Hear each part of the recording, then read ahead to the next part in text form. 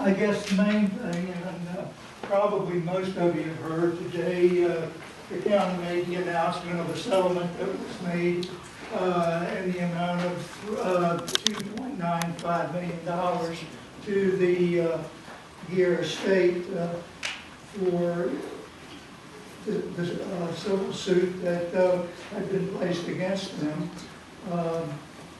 My personal feelings is this, you don't know what the right amount is, but I didn't feel it was a sufficient amount, but that's beside the point.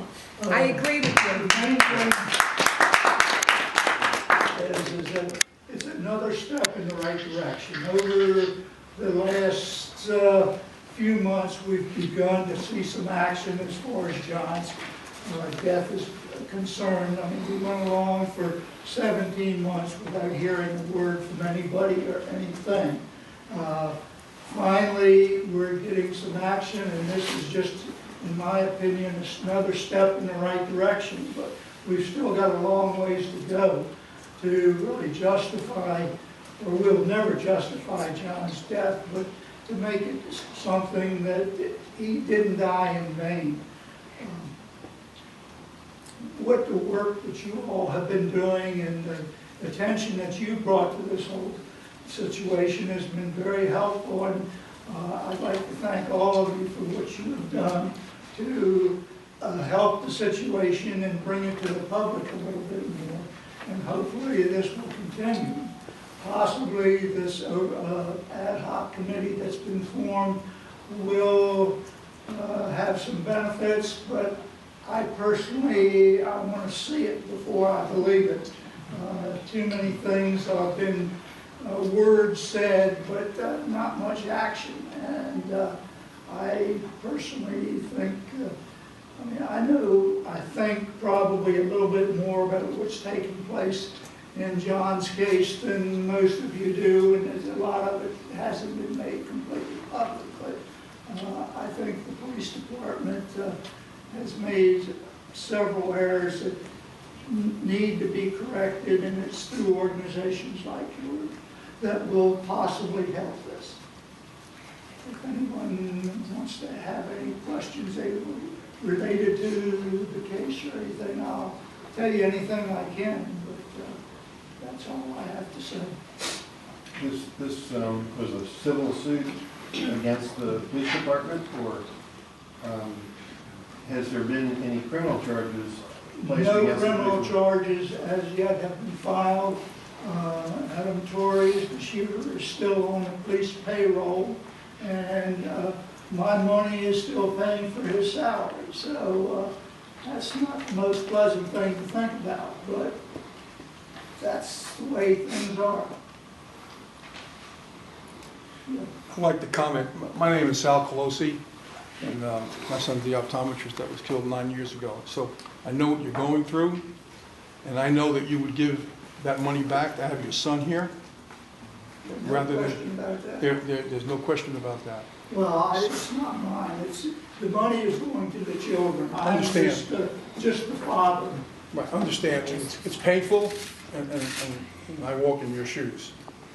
I'm very curious about the conditions of the settlement, and if you can make that public, I would appreciate it. I don't have any the details on that at all, other than, I've been talking to our attorney the last couple of days about a few things, and I've been getting a few negative reactions to the whole thing.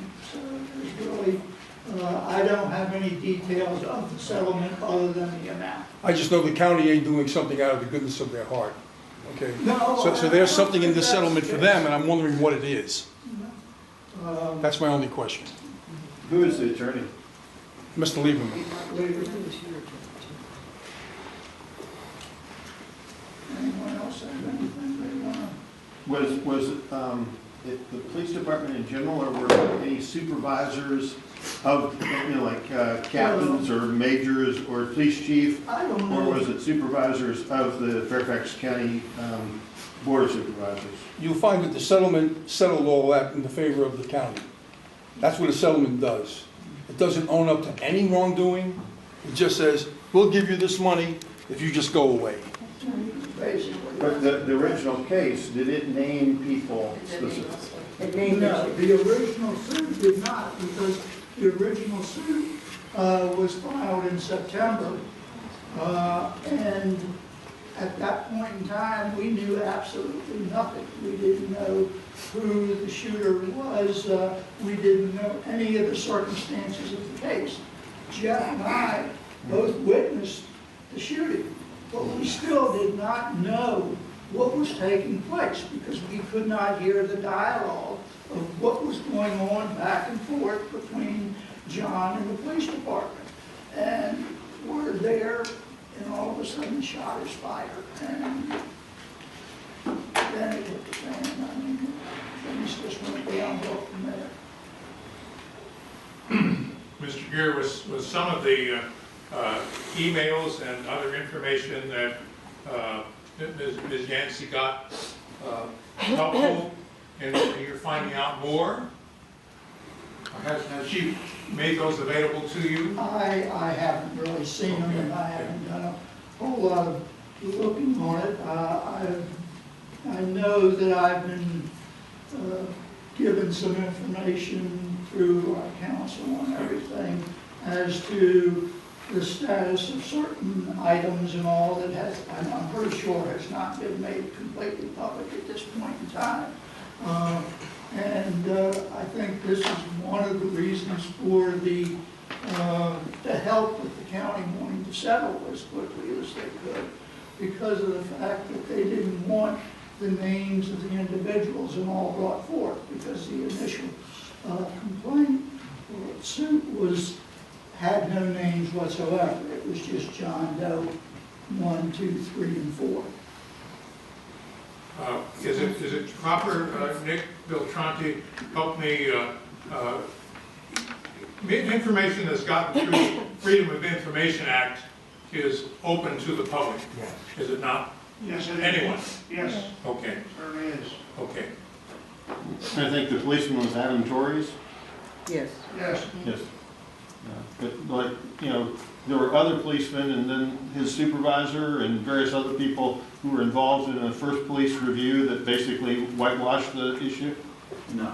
The No. the There was suit no was whitewash. against Roar. The other officers contradicted his story from the Okay. beginning. Well, that's good. That's good. There was a press release released by the council today in reference to this, and one of the things that he did state in there, and I thought was very appropriate, that the 4 police officers that were directly involved in the situation and excused Torres all were very forthright, came out and told exactly what happened, and they saw the same things that I saw and Jeff saw, where Torres had a little bit different story about the whole thing, and his accounting of what took place was far different than everybody else, and I was really concerned that there possibly could have been some kind of a cover-up or something from the police department of them not coming forth with a truthful statement, but they were very good. I think the officers and the detectives that handled the case did a very good job. I think the problems that I see are in the chain of command as you go up within the police department, that a lot of things could have been done a lot differently. And the mere fact that we have to wait 17 months to get any information at all, with what I've seen of the situation and what I know, there's no reason why information couldn't have been released within a few weeks of the shooting. What do you think the Board of Supervisors could be doing? Oh, sorry. What do you think the Board of Supervisors could be doing to get justice for John, but also to make sure this doesn't happen to anybody again? Neither do they. I mean, some of the comments I've seen in the papers and all, I don't feel real comfortable with, but hopefully, I think we have a few people here that are on the ad hoc committee, and hopefully they can change a few minds or get things going in the right direction, and that we avoid having these type of matters ever happening again. I know I spent over 500 days and nights that I would go to bed wondering why John was shot, and that I couldn't get to sleep, that this was just going through my head, and that is entirely too long for something like that to happen. Many nights, I'm sure, I didn't get more than a few hours sleep, just tossing, turning, wondering why it took place and why did it take the police department so long to release this information. And then the only reason they released it was because a judge ordered them to, and because a U.S. Senator had gotten involved and started getting some attention to the whole matter. And we had the same situation in the long investigation with David Masters. Same, David Masters. yes. Well, I visited with him last month. I was down in Florida and was very close to where he would live, so I got in touch with him.